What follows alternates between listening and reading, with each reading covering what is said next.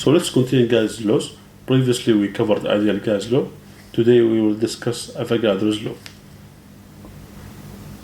Avogadro's law states that under the same conditions of temperature and pressure in equal volumes of different gases contain an equal number of gas molecules. Here we have three types of gases. We have hydrogen gas H2, nitrogen gas N2, and oxygen gas O2.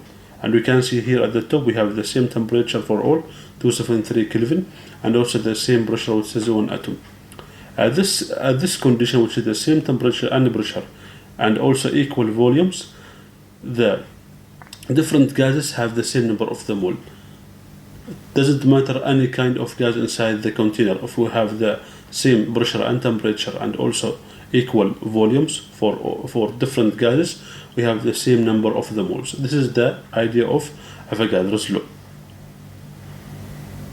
The volume and moles have directly proportional relationship. What that mean? Low volume we have less molecules, and high volume we have more molecules. Avogadro's law V1 over N1 equal to V2 over N2. We can calculate four variables from Avogadro's law: initial and final mole in mole unit, and also initial and final volume in liter unit. We can simplify the Avogadro's law by using cross multiplication method, so it is easier for us to calculate the four variables from the law. And here we have how to find initial and final volume, and here initial and final mole.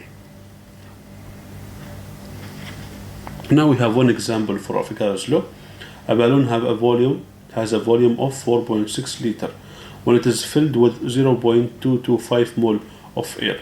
If the leakage happen to this balloon and the volume decreases from 4.6 liter to 3.6 liter, what is the final mole, and also how many moles of gas escaped? So here we want to find what? N2.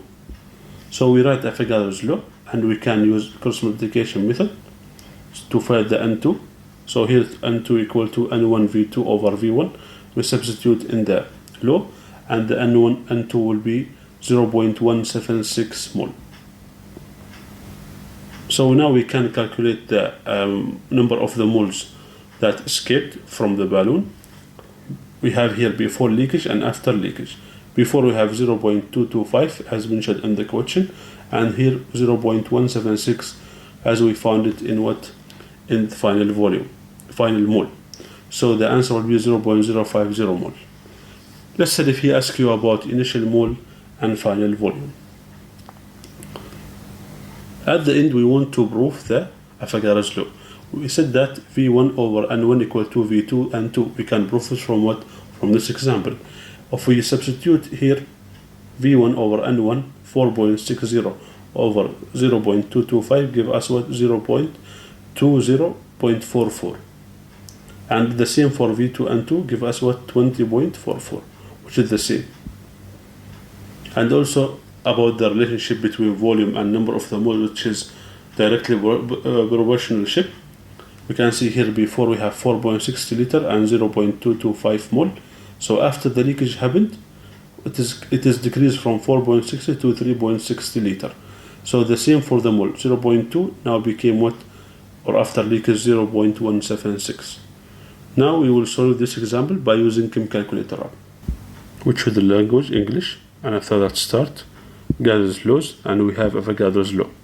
Now we want to find the N2, so click on N2. The V1 we have here 4.60 liter, and for N1 we have 0.225, and for V2 here we have 3.60. So the answer will be 0.16 mole. Let's say we want to find N1, so click on N1. So V1 we have here 4.60 liter, and for V2 3.60 liter, and for N2 we have what? 0.225 mole. So the initial this is the final volume, or final mole. So final volume 0.176. So the answer will be 0.225. You can see here in the answer. Also the same for V2, which is final volume. So for initial volume we have here 4 0.60 liter, the initial mole which is 0.225, and for the final mole 0.176. So the answer will be 3.59, which is 3.60. Thank you for your watching, and we'll see you in the next video.